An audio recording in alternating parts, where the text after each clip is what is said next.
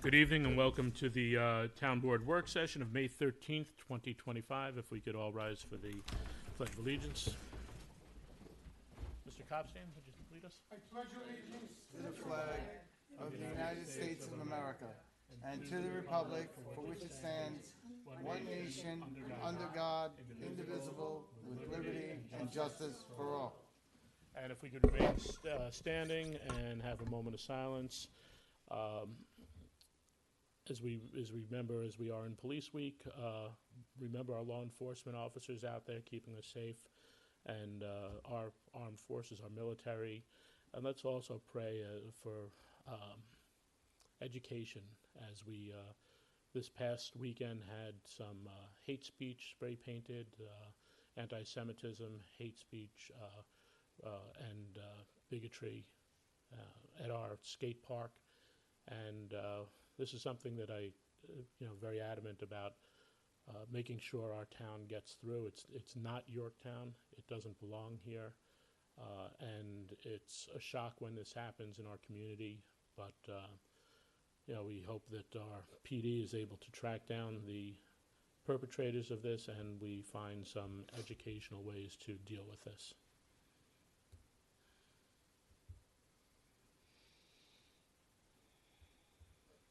Thank you.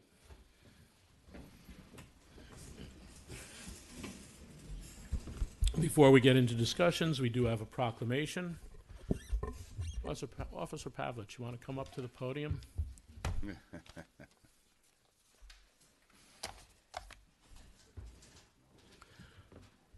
So I would request that you take this back to the police station after your shift. It's a proclamation on this 13th day of May, 2025. Whereas there are more than 800,000 law enforcement officers serving in communities across the United States, including the dedicated members of the Yorktown Police Department, and whereas since the first recorded death in 1786, there are currently 24,067 law enforcement officers in the United States who have made the ultimate sacrifice and were killed in the line of duty. And whereas the names of these dedicated public servants are engraved on the walls of the National Law Enforcement Officers Memorial in Washington, D.C., and whereas this year 232 names will be added to the Police Memorial Wall, of these 73 are from the state of New York. Of the 73 deaths, 66 of those deaths are from injuries or illnesses sustained due to the attack on the World Trade Center on September 11th, 2001. And whereas the service and sacrifice of all officers killed in the line of duty will be honored during the National Law Enforcement Memorial Fund's 37th Candlelight Vigil on the evening of May 13th, 2025, and whereas a Candlelight Vigil is part of National Police Week, which will be observed this year, May 11th through the 17th, and whereas May 15th is designated as Peace Officers Memorial Day, in honor of all fallen officers and their families in the United States, flags should be flown at half-staff. Therefore, be it resolved that I, Edward A. Lachterman, along with the Town Board and the Town of Yorktown, in recognition of this event, do hereby proclaim the week of May 11th through the 17th, 2025, as National Police Week, Yorktown, and publicly salute the service of law enforcement officers in our community and communities across the nation. Thank you.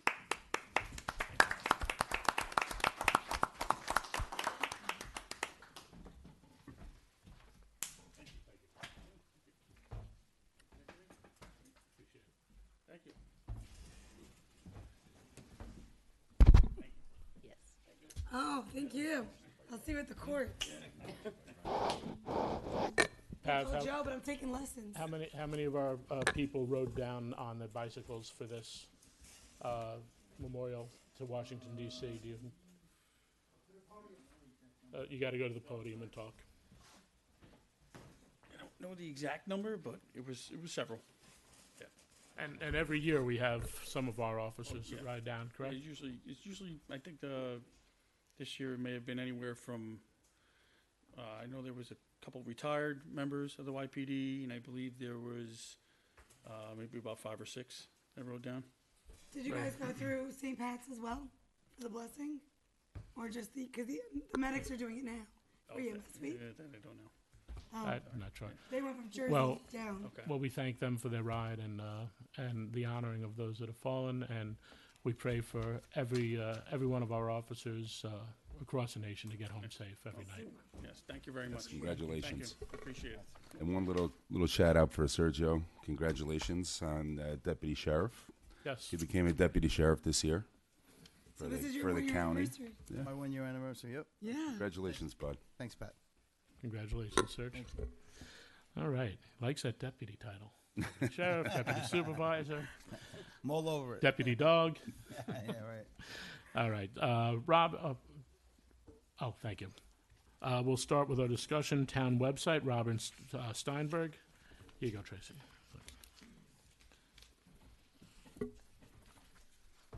Thank you.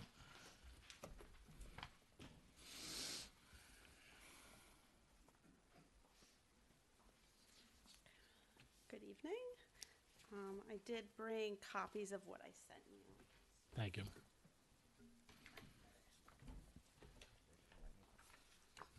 Hey, Robin, how are you?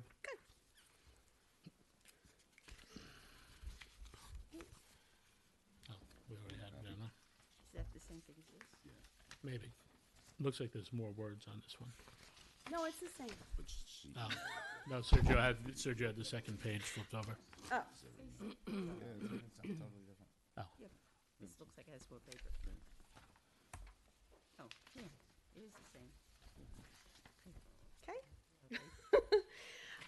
So I wanted to talk to you about our town website. Obviously, most of you are familiar with it. Our current website was last redesigned in 2020, the end of 2020, and then right after that, we did that with Municode, and then right in 2021, Civic Plus bought Municode. They didn't really change anything. We just continued to maintain our site as it is. It was not actually built on their system, so they acquired a company and a lot of websites that were built on different software. Municode built their websites on a software called Drupal 7. That has met its end of life, and Civic Plus was notified of that, and they were supposed to start moving all their websites to Drupal 10 by January 2025. But that didn't happen. Basically, I got an email in February of 2025 that said their process wasn't working. They had set up a secondary solution, another company that would extend the support for Drupal 7. And then they were notified by that company that they were going to stop doing that in November of 2025. So that again gave them like a deadline where all of a sudden they'd have to move all their municipal websites. And then pretty much right after that, they decided that their migration to Drupal 10 wasn't working.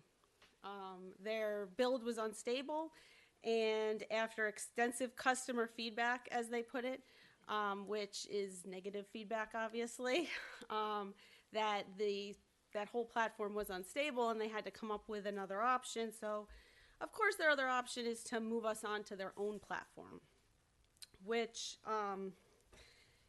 in the beginning, 20 years ago when I looked at web companies, I had looked at Civic Plus and I had not chose them because they're a very large company with a lot of standards and templates of websites that, they charge exorbitant fees. So I was like, oh, here we go. They're going to put us on their platform and raise the price. So that is basically what would happen. Obviously, they have a 0 redesign fee option, which would just move everything. You choose from one of 5 templates, and that's what you're stuck with. The other option, they like to say, is more customizable, but basically it's just more templates to choose from. Once you choose a template, that's the way your site is. And I'm going to talk just a little bit about why that's confining. All this, changes and weird emails and like no one from the company actually contacting me ever about this. was concerning. So I was like, you know what? I'm just going to look around and see what everybody else is doing, see what other towns in our region are doing. And I started with, what do I want? What is not working on our website that we could do better that is confining at times. So one of the things is editing the front page. I seasonally change the photos that change at the top of the website. I have to ask someone to do that for me. I'm not allowed to do that myself. The spotlight items there's a calendar underneath. What if we decided, we wanted the calendar on top? It's most websites you design, it's a simple switching the modules, no big deal. I'd have to ask, that'd probably be a redesign because that's changing the template. So Is that cha-ching each Yes. time you call? Okay. Yes. So, like, say these are the 5 standard templates. You pick one, they put your information on it. That's what your website is. The other thing is, even the same thing happens on the inside pages. So if you notice, all the pages on our website have these like 6 sections. So that's the town comptroller's page and Parks and Rec. They both need to display very different information to the public. But, comptroller is a lot of words, tables, and the Parks and Rec has activities, events, programs, things to sign up for. We have the same 6 sections. You have to fit it into those buttons. What do you want to put, what do you want to highlight? Where your contact information, what are you going to put in a menu? Are you going to double everything up? Are you going to how are you going to try and get what you're trying to show into those 6 sections? Because that's the only flexibility we have. And then the other thing is that the town, I actually maintain other pages for the town that are not on the town website. We have the Destination Y page, and we have the museum website that I actually, both of those are built separate platforms, separate hosting fees. We purchased security recently for the museum website. We don't have it on the Destination Y website. Sergio had asked me about that. It's a separate fee. We could consolidate these and bring them all under the town umbrella, but we wouldn't have to have them inside like the town template border. We can make them separate landing pages and look exactly like they do today, like you're going to a different website, but you're not. But then they would have all the features of the town website, the security, ADA compliance. I'm going to talk about an ADA widget we could add. They'd have all that stuff. We would not have to worry about maintaining them separately, the cost and just the time of, having to build and maintain those websites separately. Well, you're paying for security on multiple, right? Yeah. Yep. The Destination Y doesn't have it, but the doesn't. library site does, right?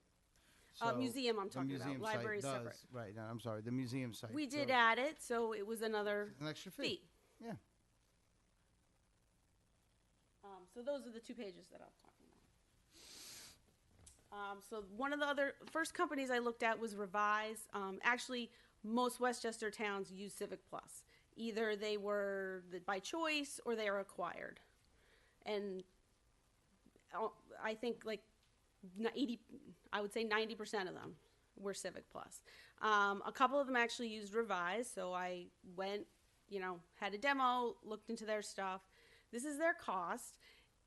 It's very similar. They have adequate websites, but they don't do any of those 3 things I was talking about where you could change from your template. They'll fully customize your site so it doesn't look like everybody else's, but then you're locked in. So there is a build fee, obviously, to go to another company. It's $14,000. The yearly maintenance is $3,900. You can compare that to what we pay now, which is $5,000. So first year cost is almost $18,000, and then it's just the $39,000 after that. I did find another company called GovStack, and the New York Association of Counties new website is actually built on GovStack. We would, I think, be the first municipality in New York, but they offer all the things I was talking about included in these prices. So it's actually almost the same cost as Revise, except for we'd have all the options that I was talking about, editing different parts of the front page, interior pages, just having that flexibility.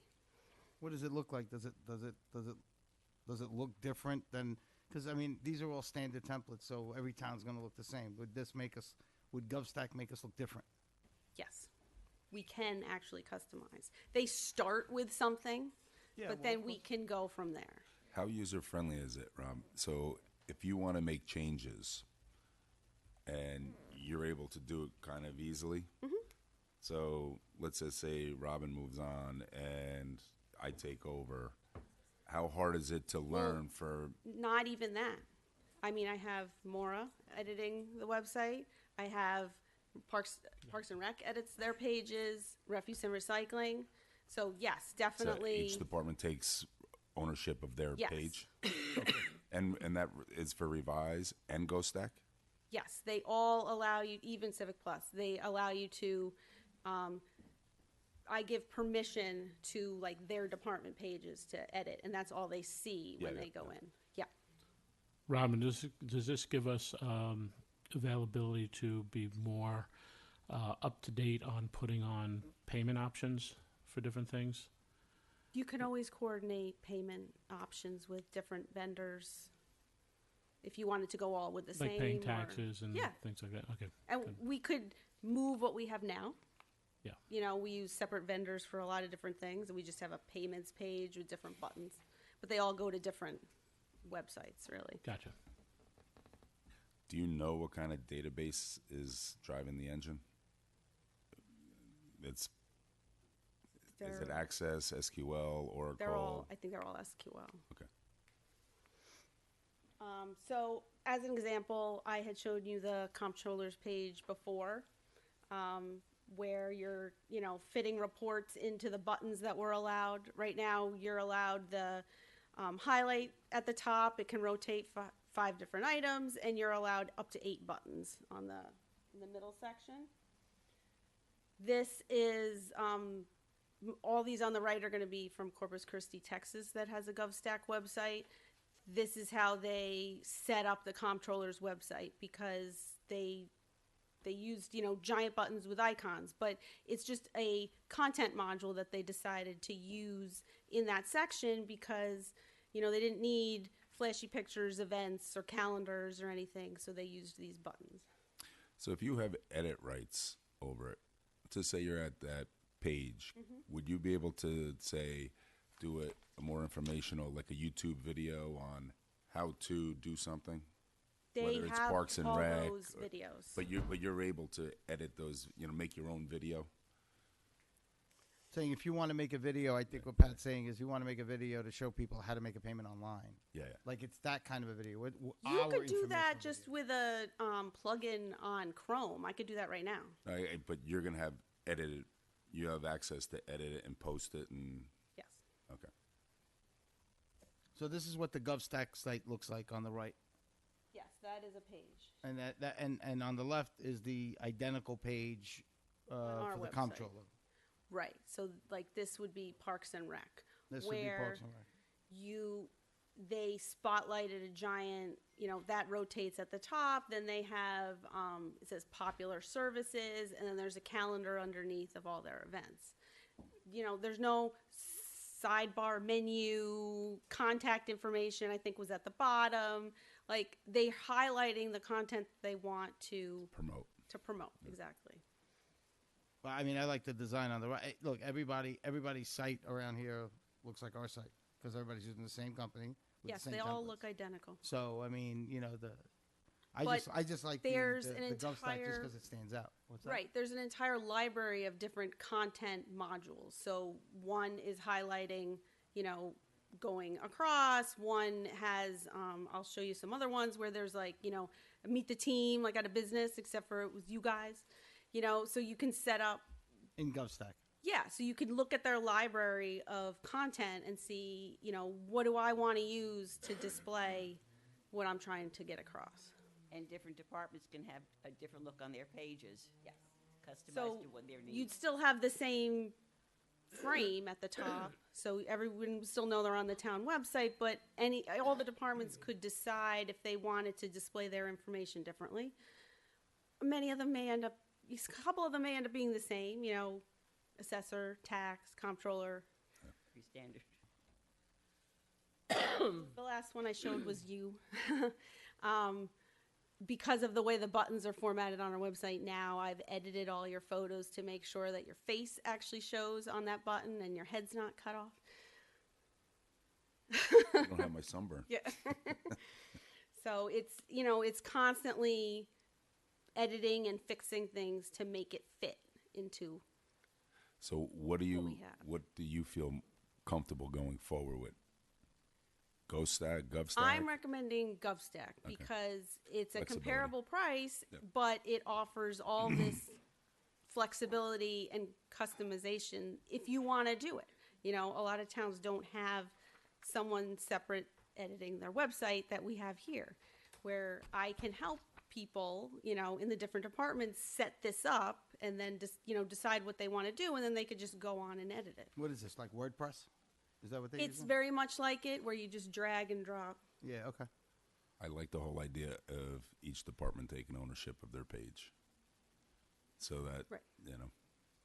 That's what we try to do, because I can't edit No, everything. I get it. You know, that's the way it should be. Absolutely. Go Yep, for I GovStack. think- I think it's the best. And thank you for Yes. reviewing different options. I and pros just and did want to cons. show you the widget, the user way widget. It is when you have that little person with the blue circle on the side of the website. Yep. It Bottom would, right. it opens this panel. So you can press any of those buttons to change the way the site looks for you. You could change So what you're saying is that contrast if if I'm you home, have, yeah. Oh, that's cool. you know, a disability, Yeah. seeing. Yeah, that's You important. can actually make the text larger. You can make your cursor bigger. So you're saying for every person at home can have a different view. Right. Okay. And then Just wanna this clarify that. actually, if you noticed, it changed. That's the dyslexia font, friendly font that makes it easier for people with dyslexia to read the letters because they're weighted on the bottom. I got to tell you, I mean, I understand the flexibility. I kind of like I mean, at this point, people will probably catch up to us, but I like the different feel and the different look. I think that's important. I think, you know, you go to a million websites and they all look the same, and it's just not appealing. I mean, our site's nice, don't get me wrong. And we're looking at the numbers here. So right now we're paying with Civic Plus, what are we paying? This year it was $4,599, and it goes up 5% every year. So this says 883.28 with Civic Plus Migration Standard, the maintenance fee. What is that? Because they're going to add, they basically told me they'd add $3,500 to whatever we were paying. And Okay. that was the number. So next year, one way or another, we're going to be paying 83.28 If you did nothing, yeah. if we did nothing. And with Civic Plus Migration at premium, where we're at now, that would be 12,800. The one-time costs are one thing. The recurring fees is what I Yeah. look at because you know. So the recurring fee for Civic Plus would be premium would be 12,828 a year. That's next year. Let's say Yes, hypothetically. if we wanted 2026. that. Plus 5% every year after. Plus 5%. Yeah, they all do that. And GovStack, you're looking at 6,200 Annually. Yeah. maintenance fee. It's not that much more. But It's we're less. getting a lot more. It's actually less because And flexibility. we're talking about next year, right? Well, Or yes, whatever. yes. We're talking about when we move forward. Yes. We got to make one of these choices, correct? Exactly. One of these choices has to happen. So out of and then you have the revised, which you say is like not really featureful, right? So, Right. I mean, and then if we went with, I think something has to happen to our site.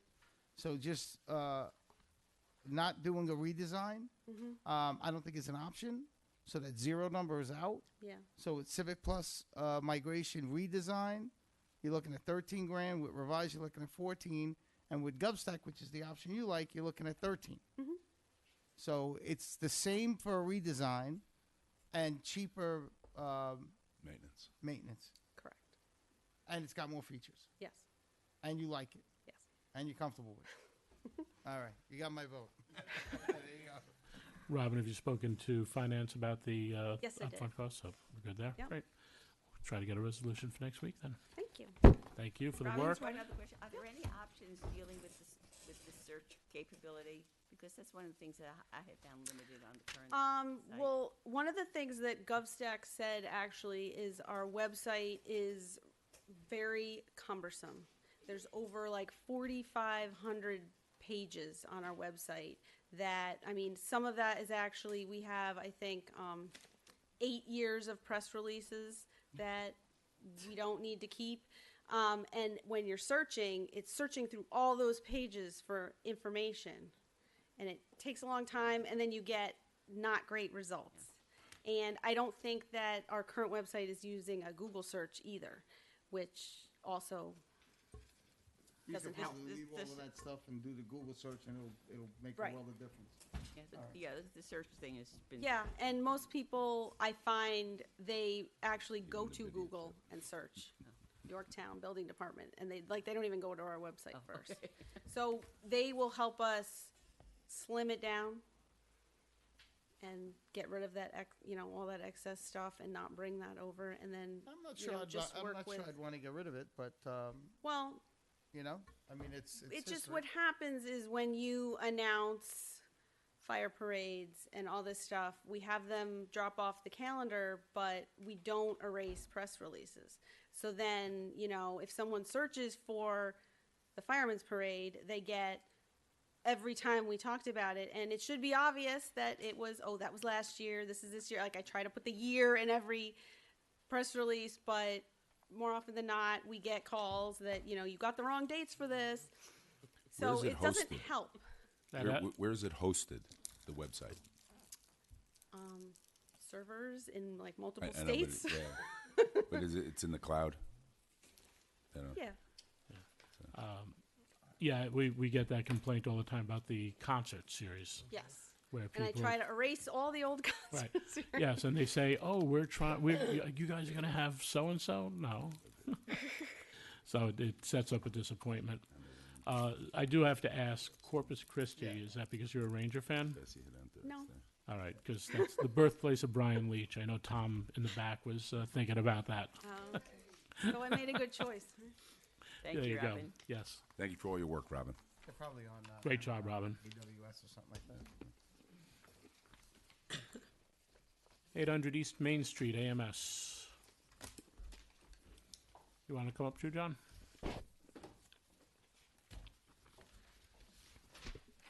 Good evening, Supervisor, members of the board. For the record, my name is Janet Garris. I'm a partner with Del Bello, Janelle, and Weingarten, Weiss and Whitaker. I know you're used to seeing my partner, Mark Weingarten.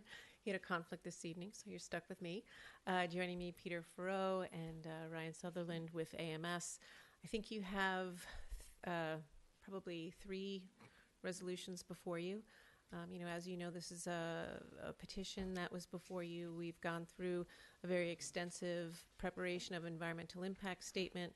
The FEIS was adopted by the board, I think, accepted by the board back in February. You've had that draft finding statement now for probably about a month. I know that we received some comments to that. We've addressed those comments, and the revised document was sent back to you. We hope that you're satisfied with that, and we hope that you accept that this evening and that you adopt the proposed zoning. So we're here to answer any questions, but I don't want to, take Well, up more time on your calendar. I did go through the 50-plus pages again today.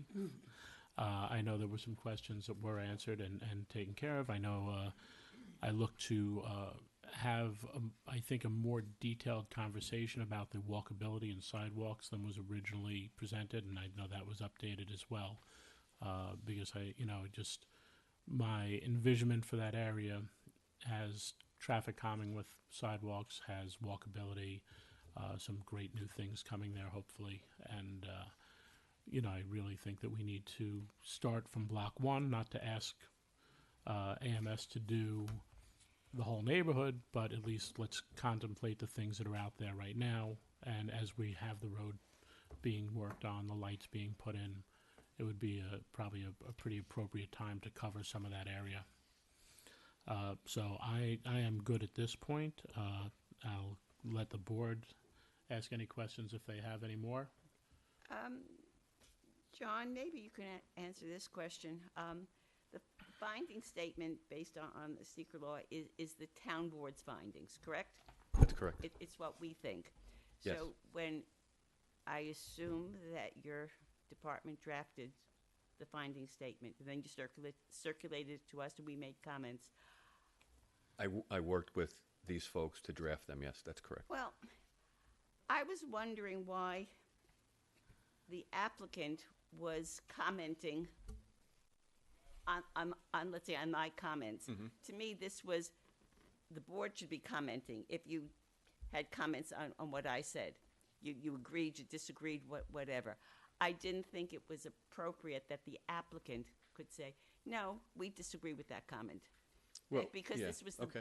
this was the board's decision, not the applicant. The applicant did the DEIS, the FEIS has answered questions, whatever. They have made their presentation. Yes. They say, we think this is good because. So it's kind of a process question. Well, Susan, so you are aware, I did call John and with questions on your comments. I did read through them, and I think that the comments that I made were reflected when I read the red line version from AMS on some of those issues. The issue that was that I thought was the most germane that you pointed out was the auxiliary structure. Oh, that was Right. a factual. Right, That and, was right, and that was, factual. and that, right, and, but that was the, you know, the biggest find per se that I saw there. I disagreed with some of your wording. I know I found it a little pedantic, and some of the comments about, well, it should be looked at like this. But I did comment to John beforehand, so I agreed with some of your stuff, disagreed with others, put that on, and then, you know, since he was writing with the input. Well, but that's my point. I have no problem with your disagreeing with, Yeah, with no, my no. comment. Absolutely, because the way I perceive the finding statement as the board's decision, it's the five of us who look at this and say, do we like it? Do we not? Do we agree? Do we disagree? I was questioning whether it was appropriate for the applicant. It's not their statement. The DEIS, the FEIS was their statement. This is our statement. So I was a little off-putted. I mean, if you Yeah. disagreed with me, no, absolutely I know. fine. But But I I didn't just- think the applicant should say, well, if Susan Siegel or Pat Murphy says, you know, I don't think that's an appropriate statement, why the applicant should say, well, I disagree with Mr. Murphy or Mr. Esposito. That's my only Yeah, point. well, I'll just tell you that in instances like this, I always share with the applicant or petitioner these kinds of documents because I think it's proper and fair for them to know what's coming at them. Not to necessarily, you know, oppose what you're saying, but certainly I've asked them, and I always ask them and others to add to the conversation. So it's a full and broad and well-rounded conversation. And that's why it came out like that. So You, in other words, it wasn't done in a manner. And I'm sorry if it came off that way to oppose you in any way. It was more of an I explanatory. take criticism. I know no you one do. has to agree with what I say. No, it was more of an explanatory exercise. So Yeah, so you just shared her comments yes, with them so that they can know what we were questioning. right. And And they say, here's what we they think. responded. Here's what they And think. then and then I guess instead of him saying, I had a conversation with AMS, he forwarded their direct responses to Yeah. you. But I would want to hear your Right, right, your right. response Instead of us speaking. to my comments. Is this your typical process? Yeah, like I said, I just I don't don't want wish- it to be said that we're favoring No, somebody no. or something, because I think we're heading down that road. But No, and all of these documents are produced in a collaborative manner. You wouldn't really achieve much success if it wasn't. So I share them with the applicant as a matter of course, and really to make the process efficient. A little more cost effective too than hiring a team to write a 51-page paper. It is. At least for us. It does help. Sorry. Yeah, it does help. Actually, you guys are happy. So I was good with everything. That I appreciate, the ears and the eyes on it, and being ahead of the curve, walking into the meeting today. Susan, any other comments or? Well, there are other comments, parts of the finding statement that I'm not satisfied with, so I will just abstain from the vote. That's fine. Patrick? Okay. Sergio? So I like the whole idea of the sidewalks, Ed. Me too. And then, I don't know where we stand on, I know where you guys were planning on putting the condos in the back, and then the trail is behind. The walkable trail that goes around towards the Taconic. And at the very beginning, you guys say you're going to try to hook into it, because you were building that far down. Now you're not building that far down. Is that off the table? You would have to come up to the mic. It's basically just a And pathway. I think it's more a planning board issue. Yeah, than okay. finding. I was about to say it's not off the Yeah, yeah. table. It's one of those things we're going to need to just look at and make sure there's something to kind of connect to. Yeah, Yeah. there's a trail back there. Just Okay. at the back Yeah. of your mind, just No, not off the table. Okay, that's all. I didn't say that the issues that concern me were several of the statements regarding housing I was concerned about. There's a specific statement about recreation fees, which I disagree with. And also, I think the visual impact on the four-story buildings. But most of them dealt with housing. Well, the housing was the questioning of the need for senior housing. And I think it's well documented through not only the county, but through our own senior advisory board. So that was one of the comments I was in disagreement with, because for the 9 years I've been the liaison, I have had my ears chewed off, pasted back on, and chewed back off again about senior housing and availability. And I think even when you moved into Jefferson Village, it was a difficult time to find places in there. Absolutely not. No? No, Because no I know about that time I had people looking and they were saying things were off the market like that. There were units I didn't like, but I found one that I liked, and I'm very happy there. So Good. I'm not prepared. This is not the appropriate place for me to Sure. to All share right, that. and But then- I'm just saying that I don't think it was reflective of whether it's the need or Yorktown's goals, Yorktown's housing assessment, or the goals in the comp plan. Okay.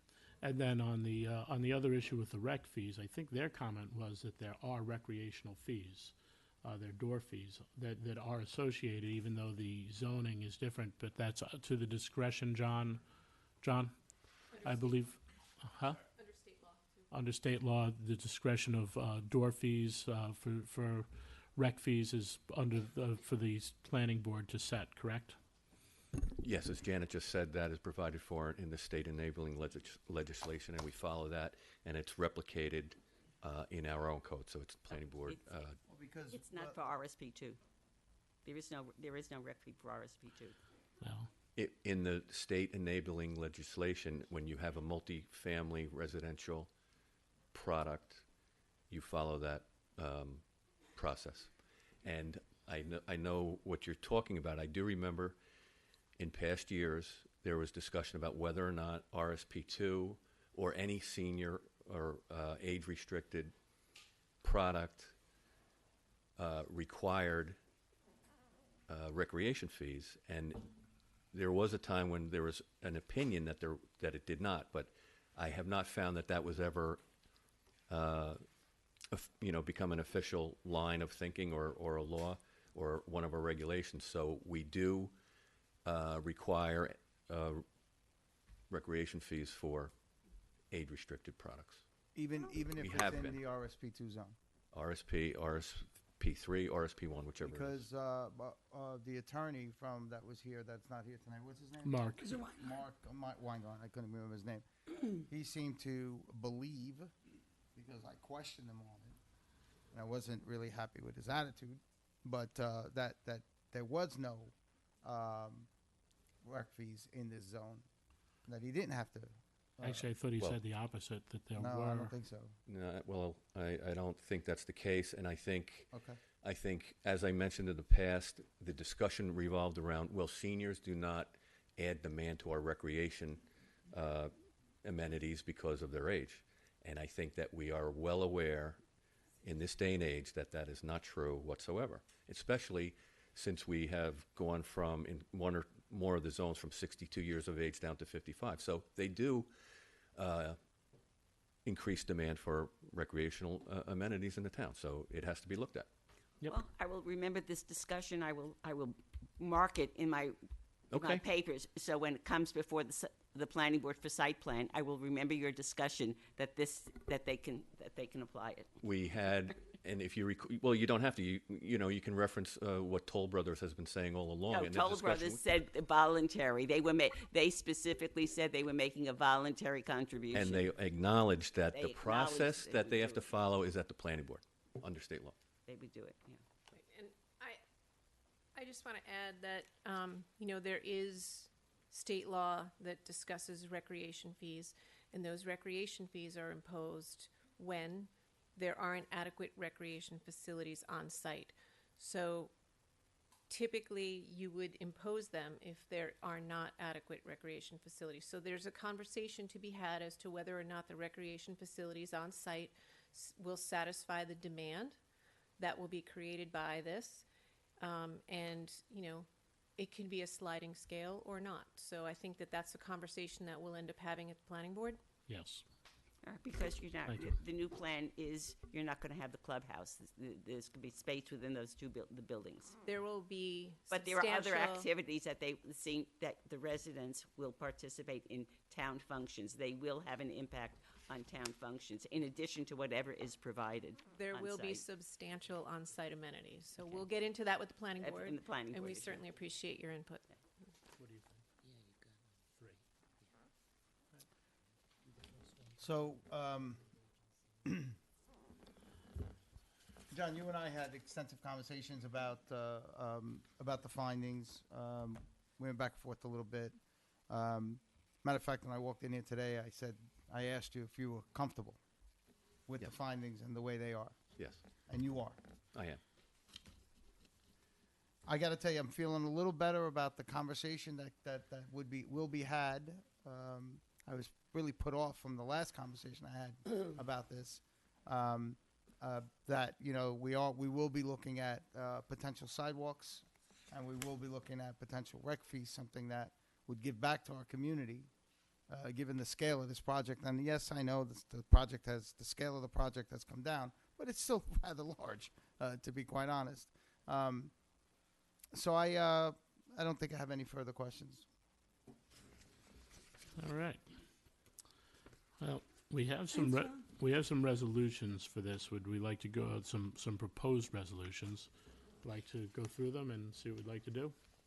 Let's do it. All right, so first off is a resolution adopting the secret finding statement for the 800 East Main Yorktown Development AMS LLC project. Seems like we're all comfortable. Susan, I think you I'm want to good with abstain. abstain. Okay, so can I have a motion? Motion. Second. All in favor? Aye. Against? Abstain. Abstentions? Or Thank you. Yes, abstain. Okay. Now let me just see if I could. Yep. Yeah, yeah. So we have some local laws, which we need to fill in the resolution number and the number of the law.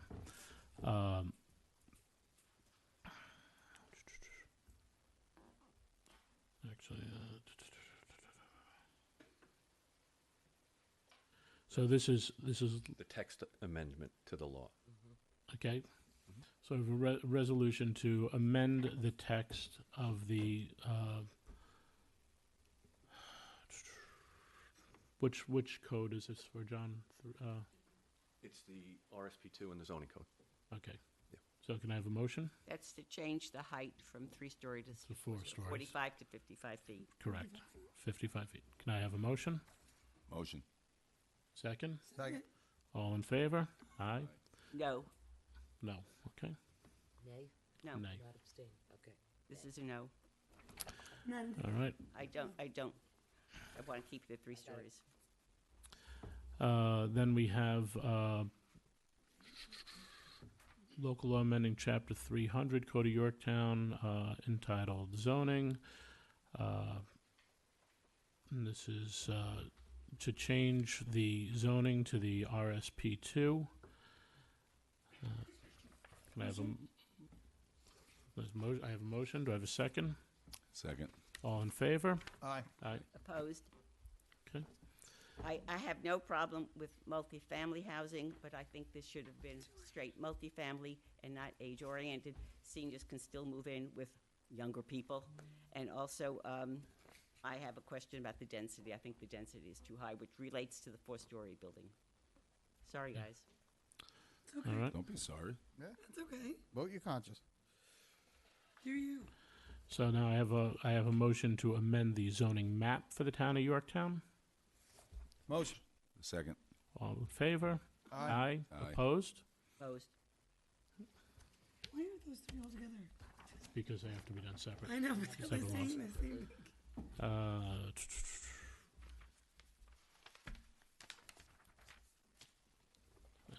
Was that? Is this the same? Well, no, it's it is 3 different things, and that was it. Okay. No, the local law to change the map. Okay. So change resolution to vote on a local law to change the map. Local law amending the zoning map of the town of Yorktown. Can I have a motion? Motion. Second. All in favor? Aye. Aye. Aye. Opposed? You got the opposed on that? I got it. God bless you. Thank you. All right. Thank you. Okay. 1552 Payne Street. How are you? Good. Exactly. Where's that on? Daniel, This isn't on the agenda, is it? 1552 Payne. It's right after 800 East Main. It's a We have, Is that on my- SWIP application. No.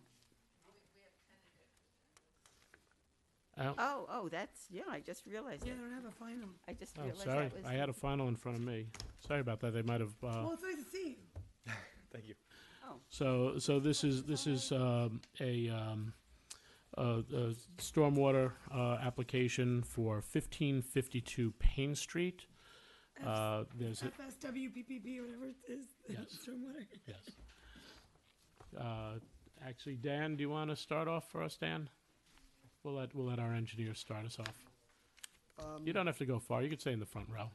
They're trying to get away from It's you back there. just an application for a single-family home that crosses the threshold for non-administrative, and that's why this one's before you. Okay, and this is a single lot on a dead end or of a street.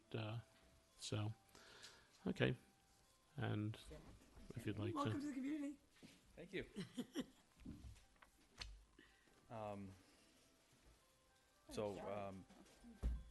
Are there any questions with the application or anything I need to cover? Unfortunately, my engineer couldn't be here today, but he kind of briefed me about, kind of any common things that could be.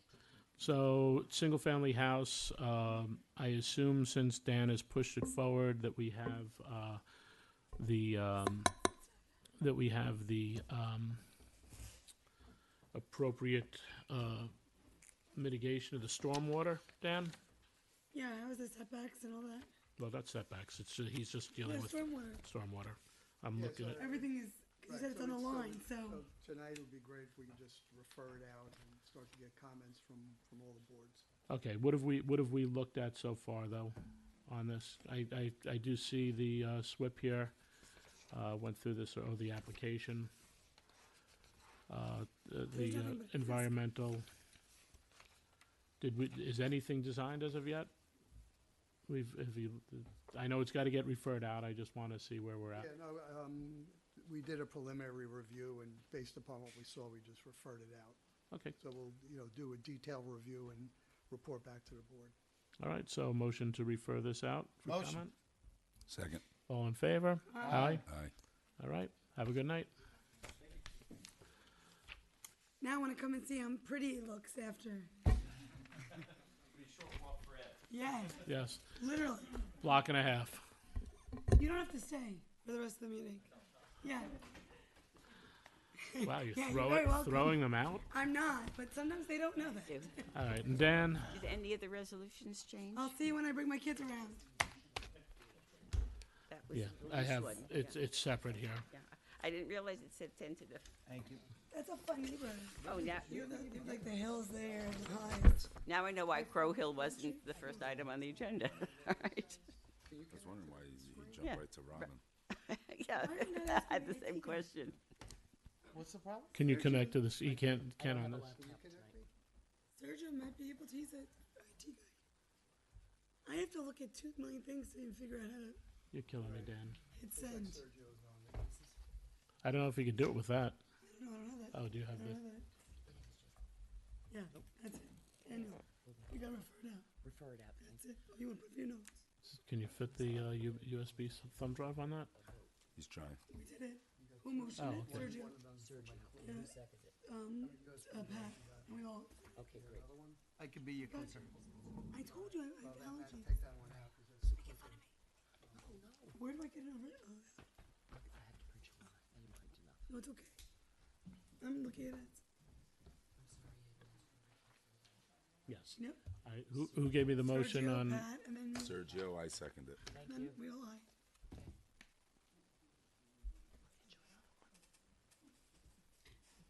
That's the only change. Don't worry. I can write that in.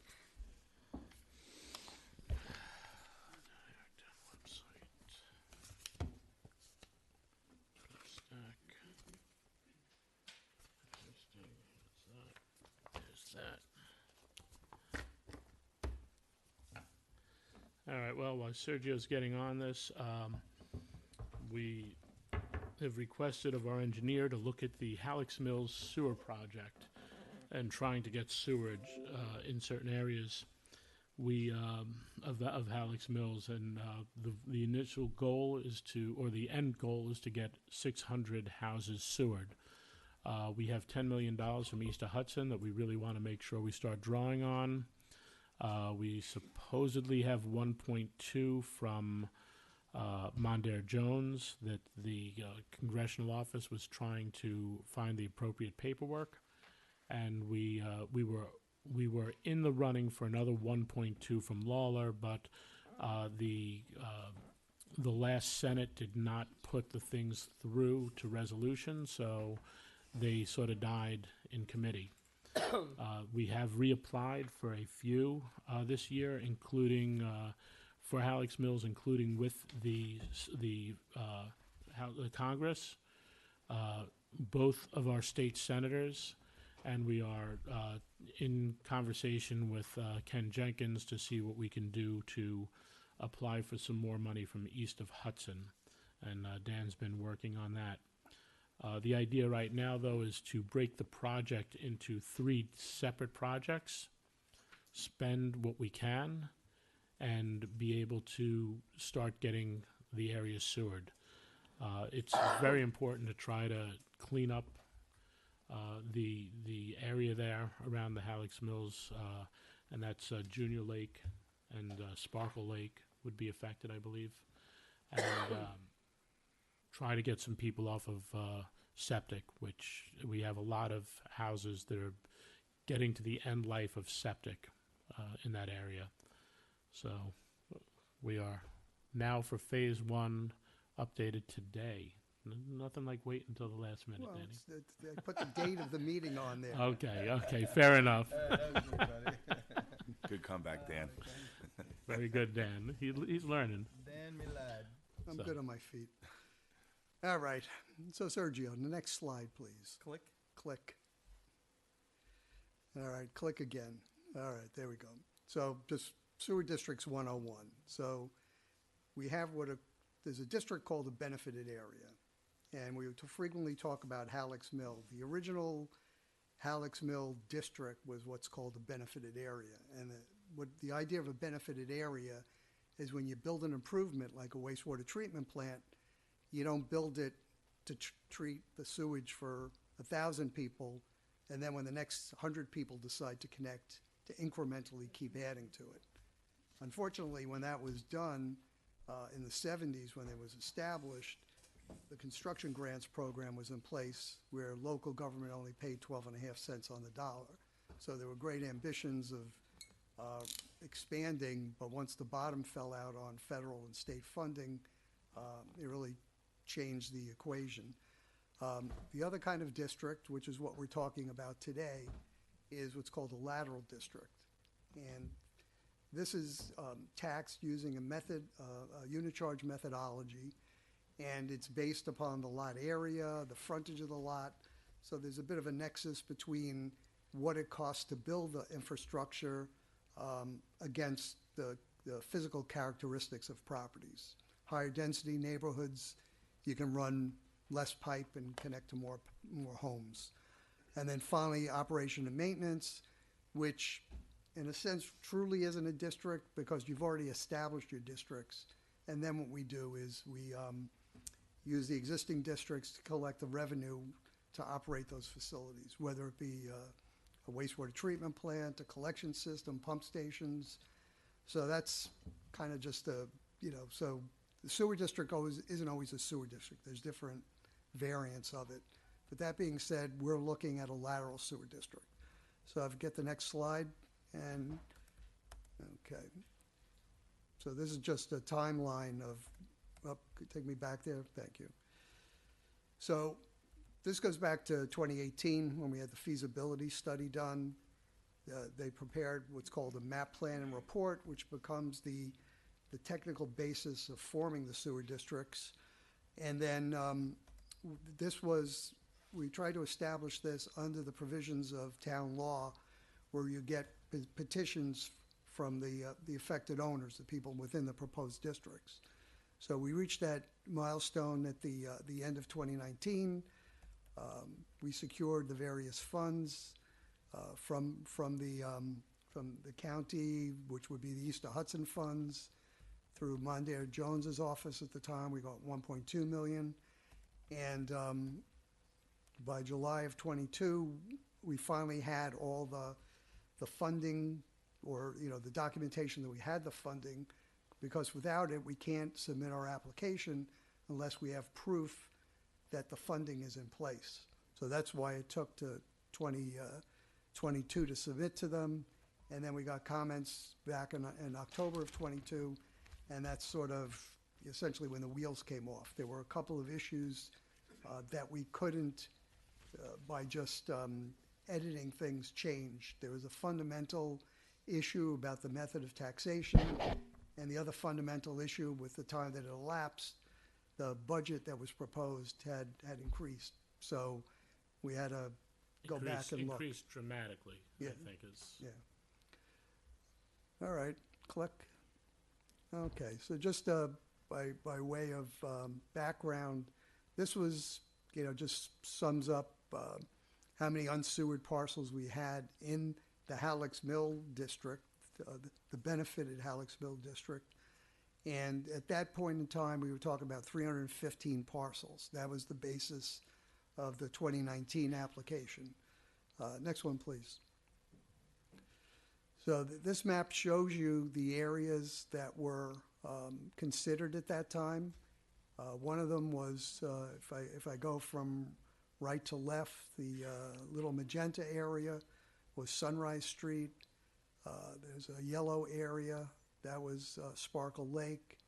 And then the red area we refer to as Birch Street area. Next one, please. So this was, again, the breakout of how many parcels were in each one of those and the flows associated with that. Next one, please. Okay, so back me up. I just didn't know it was at the end. This is it. Okay, so this was the basis of the 2019 proposal, where the project was estimated at $14.3 million, We subtracted the 10 million from the East of Hudson. The Jones grant was not there when we were establishing the district. That came later. So it wasn't considered because at the time we were trying to establish it, it was unknown. So with that scenario, we were at $782 a parcel, which comes in fairly reasonably.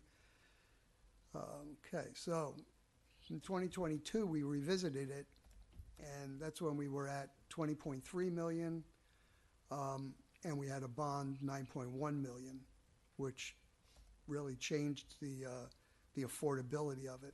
Next slide, please. So there you go. So from going from $700 to almost $1,800 per household, kind of was a game changer. We didn't feel going public with that was going to be popular. Some people may be desperate and be willing to see that kind of tax increase, but the feeling was that that would be prohibitive and no point in trying to establish it with a number like that. Let's see. Okay, so that's just a breakout of the total cost, because again, when we're going to the state controller's office, we have to consider all the costs associated with it. So if somebody connects, they would have to pay the capital cost to the lateral district. And then on the operations side, they'd be paying like $567, which was the O&M budget for the 2022 tax year.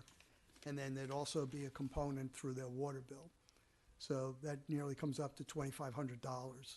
So the complete tax package for capital costs and O&M, we're taking it to that number. A year. A year.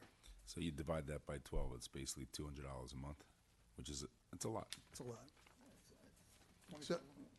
So what we did is we figured the best thing to do to leverage the money we have now, and that still means, we still have, to some extent, we have this thing all teed up. So when it comes to time to try and get grants and get funding, it's always good to have a well-developed plan.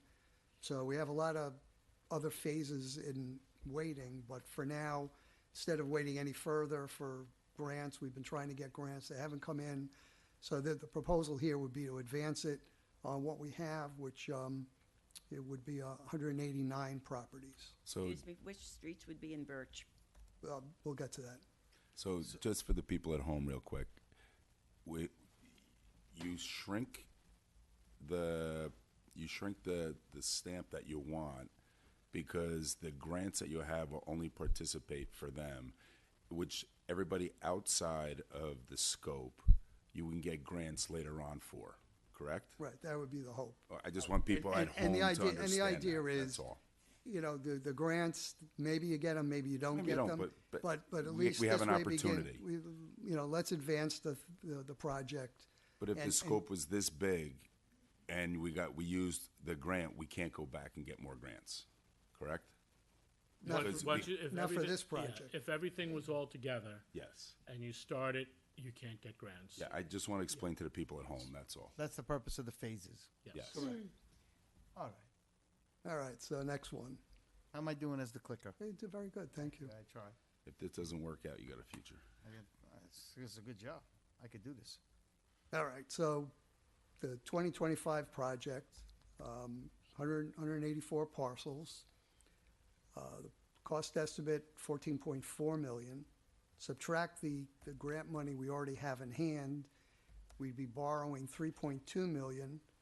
And based upon, just not going, we didn't go through all compute the units for everybody. We just divided by the number of parcels at this phase. When we go, if we decide to go with this, we need to do some fine tuning. But this gets you in the ballpark. It's going to be a little over $1,000 per parcel, which seems like it's a lot more affordable. At an earlier meeting, when this was being discussed, you thought that you were going to change the whole low-pressure system kind of concept. This construction number, is that the original plan? No, So this is going to be. based you're on, gonna- based on Sparkle Lake going gravity, Okay. Have you spoken to DEP? DEC. I'm sorry, DEC. Yeah, we're gonna be mapping out that wetlands boundary. So that'll be part of, obviously if that doesn't work out, then we've gotta do something different. But we think it's feasible and that's what we're proposing. And I think in your statement to them is, it's better to run the pipes under than to have the risk of the leaching of the, But we also have a very large contiguous wetlands that we own there that runs from essentially almost from Alden Road all the way up to London Road. So it's quite an extensive wetlands. Wow. So there may be opportunities to do mitigation in that wetlands. And it's our property, so we sort of, if there's a project we can come up with that they like, and to your point that we've got all these old septics up there, that we could eliminate that. I think there's, a good story to tell, and hopefully we prevail with the DEC on that. If not, there's going to be pumping involved. I won't say anything about DEC since someone might be watching that works for them, so. Two questions. Do you have any idea at this point how much incursion are you going into the wetland or the wetland buffer? And do you have some Well, idea? you'll kind of see it on one of the slides coming up. We don't have the wetlands map, but. What would the cost be if you did the original plan and you did the low pressure and gravity for the Sparkle Lake area? I don't have that off the top of my head, but tonight's presentation is based upon the gravity solution. So, I mean, we're gonna have to drill into this. If tonight I'm just trying to give you an overall and a proposal to shrink the district to phase one. The nuts and bolts of it are gonna require a little more work. Even to take it to the point where we're actually presenting a map plan and report, this has got to evolve a little bit more. So we're not there yet, but it's. So I mean, obviously, the gravity solution is the ideal solution. You don't have any pumps. The homeowner won't have to maintain their own pump, right? Once the pump is in that. And actually, I mean, when we do these systems, the health department tries to push it that they want us to maintain the pumps. Because their feeling is we're supposed to provide service to the curb. And if that service requires putting a pump in. The homeowner's house? No, it's outside. Yeah, right. So It's in the yard. I think so. on the homeowner's property. So Yeah, typically. here's my question: we're at 184. How did we arrive at this number? Is it just because of the way everything lays out? I mean, if we went with 150. Next slide, please. There you go. This is a nice slide. There you go. That's the story. All right. So the area that's lightly green hatched, Can you enlarge that? those are the parcels we're talking about now. It's Hickory Street, so you're doing Hickory but not. I think that's actually Birch Street. But yeah, we're just doing, basically the idea was, let's start on the east end of what we were doing and pick everything up. So Sunrise Street is, if you pan over a little, Sergio, you'll see Sunrise Street. Push it up a little bit.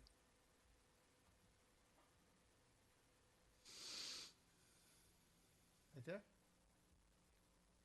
Maybe it's off the slide. No, you have to go. I think it's off the slide. Okay. But So- Sunrise is our starting point. Sunrise, then moving across Sparkle Lake, and then we took the properties within what we were calling Birch Street, kind of just moved across, hit the first street that goes north, and we kind of did a couple of iterations of adding more houses and seeing where the numbers come in. So essentially, that's how we were approaching this, was take everything to the east and progress westerly and pick up as much as we can progressing in that way. So that was the approach to Process, trying to get it to an affordable number, to leverage the grant money we already had. Can you help orient me here? Where would let's say, Goma Street be? I thought I knew this map, but I'm a little confused.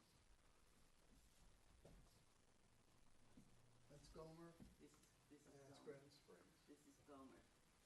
So you've got a little. No, I'm sorry, this is Gomer. This is Gomer. Yeah, the other one is Quinlan, I think. So Mhm. you're Oh, no, doing Birch. Quinlan's So further who down, are you maybe. taking That's, out of the Birch neighborhood? That's the one that comes out of the Primavera Who swivel. are you taking out? Because that was the largest, that was 220. So Right, well, if you look at, Sergio, if you back out, it's the yellow people who are coming out. Up top, Yep. Left side, yellow. The 315 never went beyond west of Birch, though. That was the end of, that was the western end of the 315 plan. Well, like I say, I'll have to we'll look at it, but I mean, the idea would be that's, we had the original plan where we were like 600 and something No, I'm units. not talking about the 600, I'm talking about the 315, which in your earlier slide, you said the Birch was 220, and then you Sparkle Correct, Lake. yep. Okay, so that area and the western boundary, I think, was Birch. It never included Quinlan. The 315 never included Quinlan. So Oh, okay. that's why well, the street next to Gomer actually is in Quinlan. That's that little cut street. I forget the name of it. well, this Hickory, thank you, Hemlock- yes. Hemlock comes off Hickory. Too many trees for me. No. You're saying this is. Susan, could you, if you want to sit down with the map through Dan, All this right, is, yeah, this I'm is gonna really a sit mile-high down. view. I've lived with this for so And, long. and I have you know issues what, there with may it. be some issues with the ultimate, but really the whole thing tonight really is about the green area. Well, That's- the people on these streets want to know, again, Sparkle Lake and Sunrise, that's very clear. But the 220 in Birch Street, if they call tomorrow and say, is my street in? Okay, that's what I want to be able to answer them. Hickory, Hemlock, I can Well, I think see. the map right now shows who's in. All right, well, And you could get a clearer copy. Who's- if you have a clearer So, copy, I'd so like it. and I think, with the issue you're raising, who's in is in the green area. Who's out, the issue may be, that may have been an earlier iteration, but the bottom line is they're not in now. Yeah, So any of those people in yellow, whether they're in before or, in another iteration of the proposal, the bottom line is what we're suggesting is the green people come in.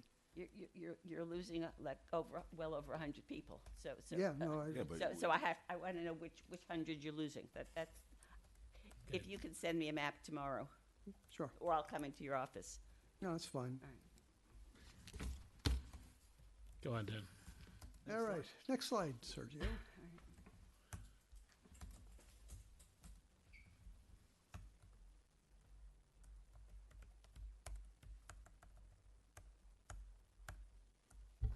Okay.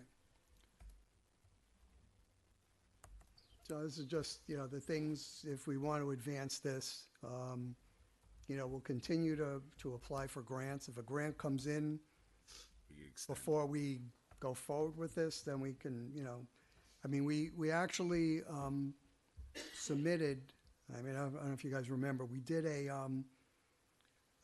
just because it's a prerequisite, we did a bond resolution for the whole ball of wax. We did, I believe it was a $51 million bond resolution.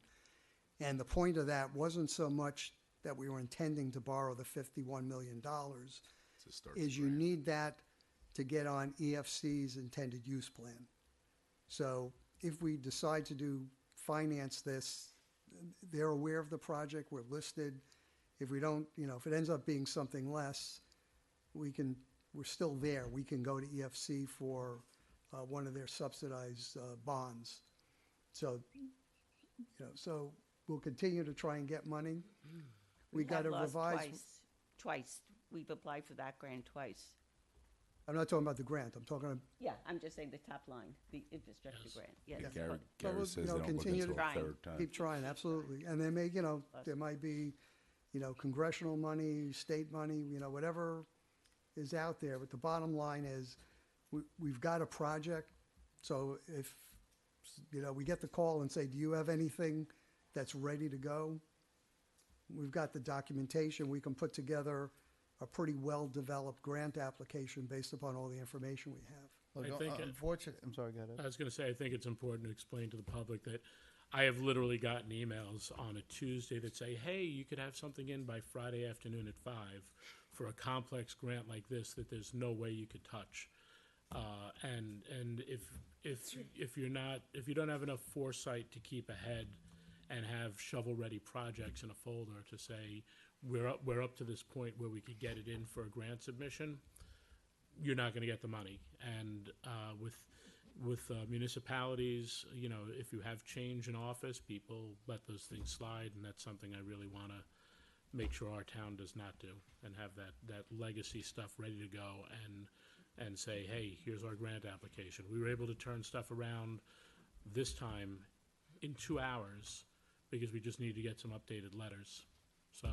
And that still was it was a big push. Yeah. I think the primary focus here is, yes, that, you know, there are going to be people that aren't going to be in the yellow zone at this moment. They won't be forgotten, but the important part is that we've been sitting on this money, right? Things have just gotten more costly, and the amount of parcels that we could sewer shrink day by day. So I think it's at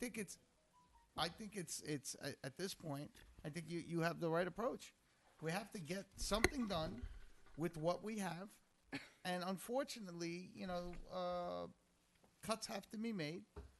And the way you're approaching it is you're keeping it as, instead of doing one big project and then we only sewer the whatever it is, the 184, then we can't go for any more grant money. You're approaching it differently where it leaves it open, and we'll be ready to pounce on something, so to speak, when and if the time comes.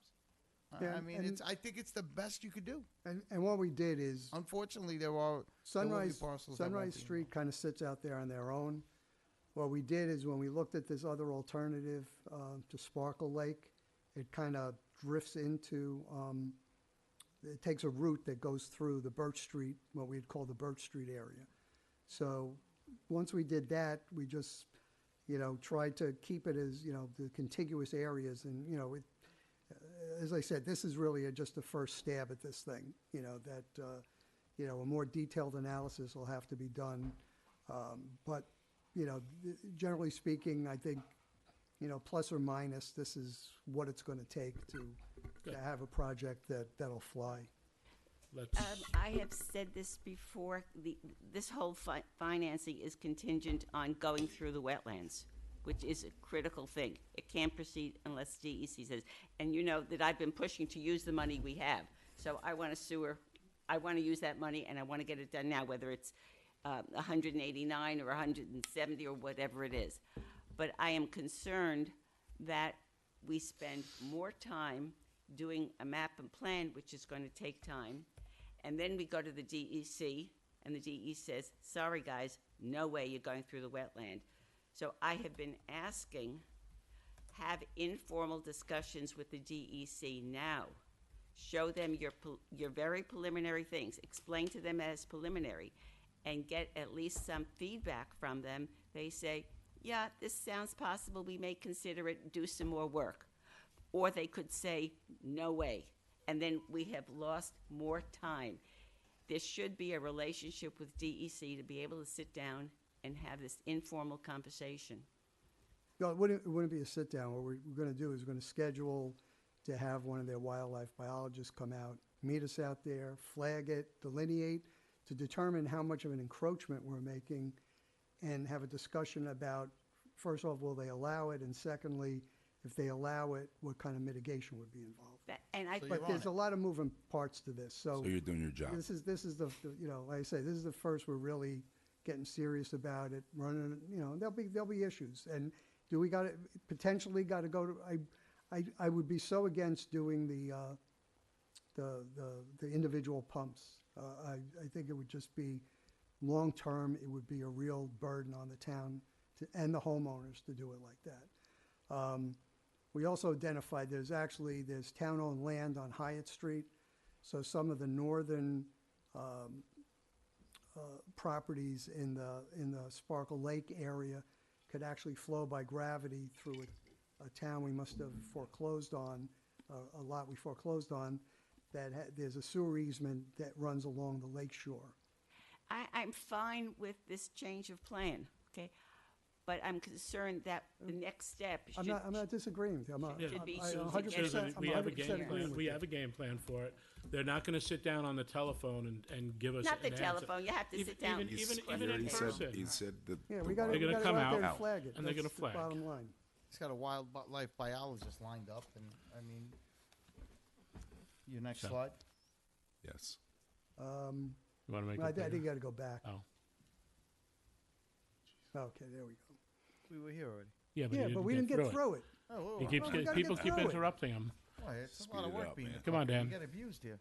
Come on, I got the thing here. You could be replaced by this. All you gotta do is press it.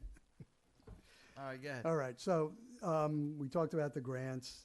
So we'd have to, to Susan's point, we got to investigate this wetlands thing. We got to, really just, there are people, like as we were going through it, there's people who have existing sewer opportunities that probably shouldn't have been in the original configuration of the district. So, it's, as they say, the devil's in the details. We got to find out who's in, who's out.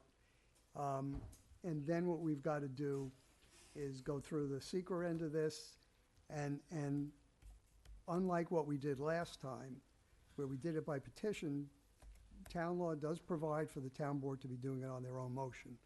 So if we feel we have a good plan, the town board can establish it on their own motion, and then it would be subject to permissive referendum.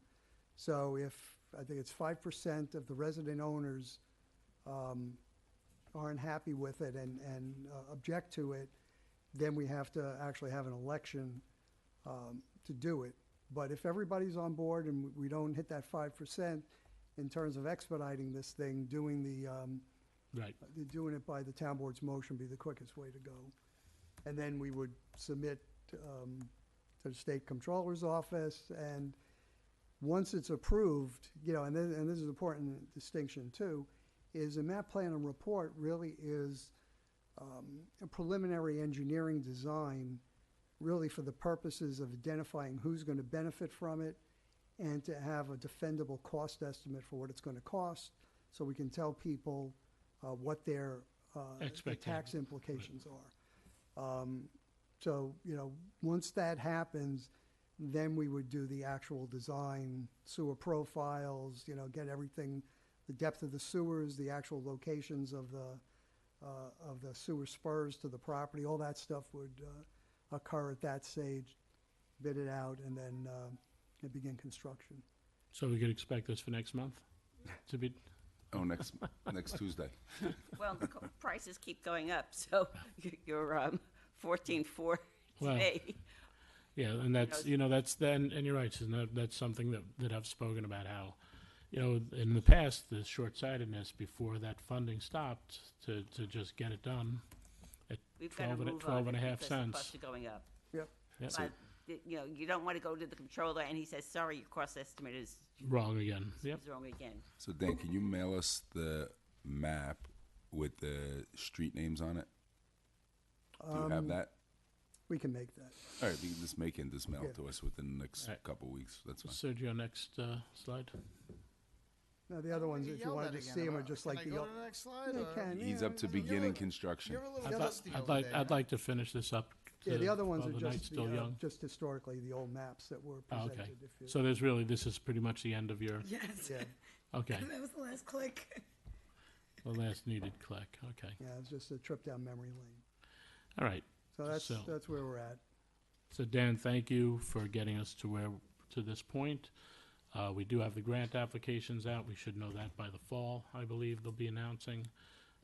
I know that, people are trying to show Yorktown a little extra love since we lost the 1.2 that was supposed to be here last year. I actually got a phone call for the first time in my tenure with the town from Senator Schumer's office asking us to put the grant in, which is, pretty good. And, we'll move forward. Yeah, I mean, if we get any more money before we we do can the map expand. plan and report, the yellow area could get a little smaller and the green area could get a little bigger. Yep. Well, you're already talking about when you add in the basic Halleck's Mill, yearly tax, plus your sewer rent, you're coming roughly up to 1,800. I mean, That's right, yeah.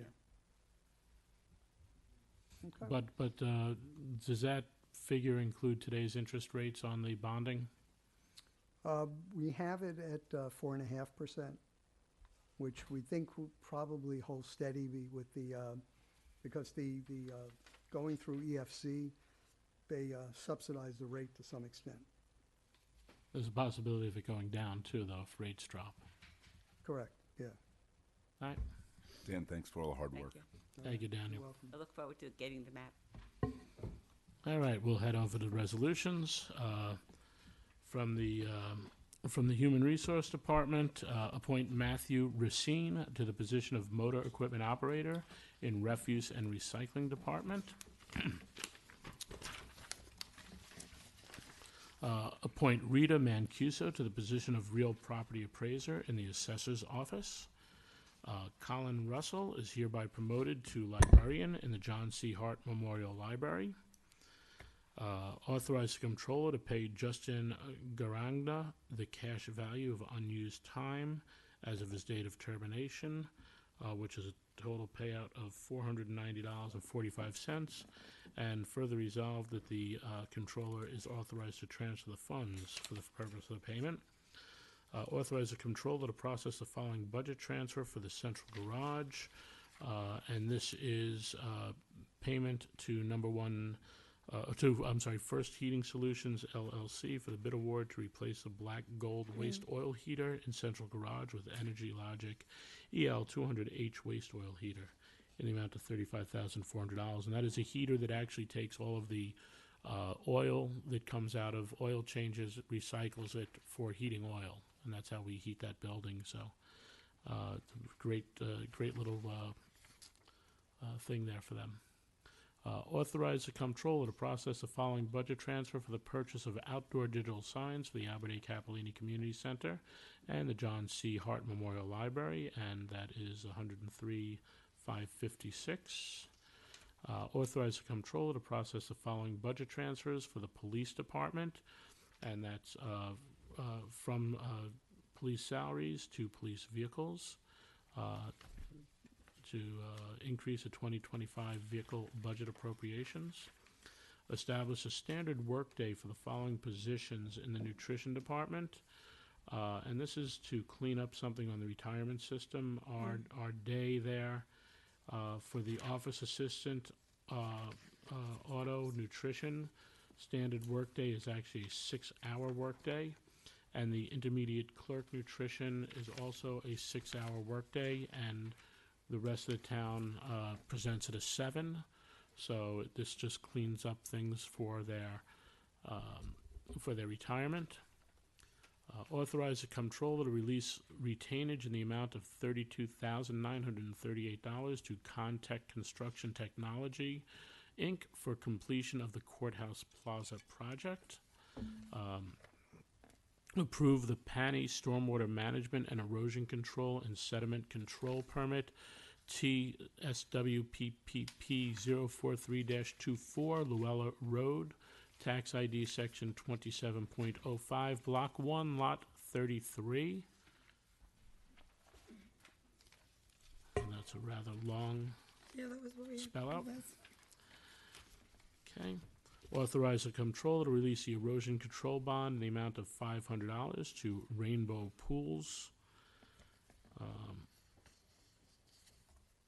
And from the town clerk's office, authorize the town clerk to advertise bid, or actually this is more a RFP, for the select cast stone and brick repairs at the Albert A. Capellini Community and Cultural Center.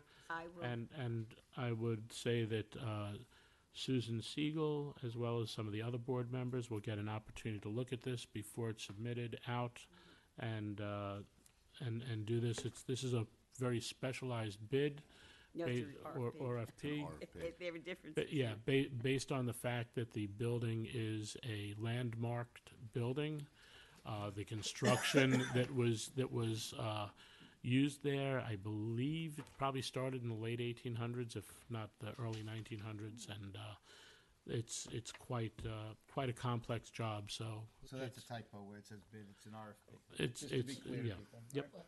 yep. Yeah, the RFP gives the town more opportunity to select somebody based on qualifications, because this has to meet certain historical Right. standards, and it's only the exterior of the building that's been And it's landmarked, not the so interior. It's gotta be careful how it's But pointed and this is the reduced exterior. This is the exterior. For the facade. All So right. isn't it a bid? No, No, it's a RFP. Well, it says bid on the document, so Yes. we But it's use an bid on RFP. this, but it's Well, a very treat- specialized bid, basically. it will be advertised as an RFP, which there are Well, legal then we would have to differences. change, No, we it's would have actually to being change it. advertised as a bid, No, but it should be advertised as an We- RFP we- because of the landmark okay. use. I just said we will I know, look at that she's before it yelling at me, goes so out. I'm just No, confused. don't And luckily don't worry. I'm I, not- but the resolution will call it an RFP. The if resolution we we're change voting that for. We to want to be very RFP. transparent, so, Yes. so more, do I have to change it here? You got one more, right? To sealed proposal. So can we vote on the edit in the Yes. resolutions and you will just change it? Okay, You got something I'm just else, right? trying to, All right, and there's one to read in. Thank you, Sergio. I forgot about that.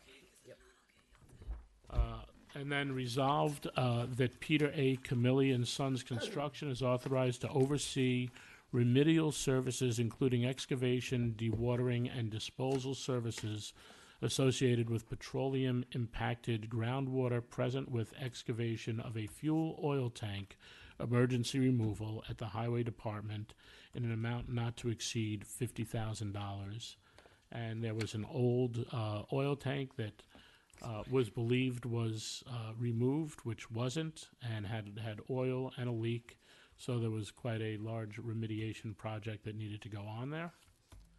Will Right. we have to have ongoing monitoring there after the excavation is done? Sometimes DEC requires that, do you know? DEC has to do the testing, and I think that the company that Peter Camilli and Sons are companies that do this often. So I remember having a conversation with Tommy that when you do it a lot, they just come and verify your results. Well, but sometimes it's ongoing. Yeah. Well, no, the tank's gone, so there Yeah. won't be anything ongoing. Can I have a motion on all these? Motion. Second. All in favor? aye. And before you go to an adjournment, I just want to say that I had asked the supervisor if I could take two. Can I have a motion to brief adjourn the meeting? statements, Motion. And he Second. said I could All not in make- favor? I could Aye. not make any statements. I have to wait until next week. I'm sorry,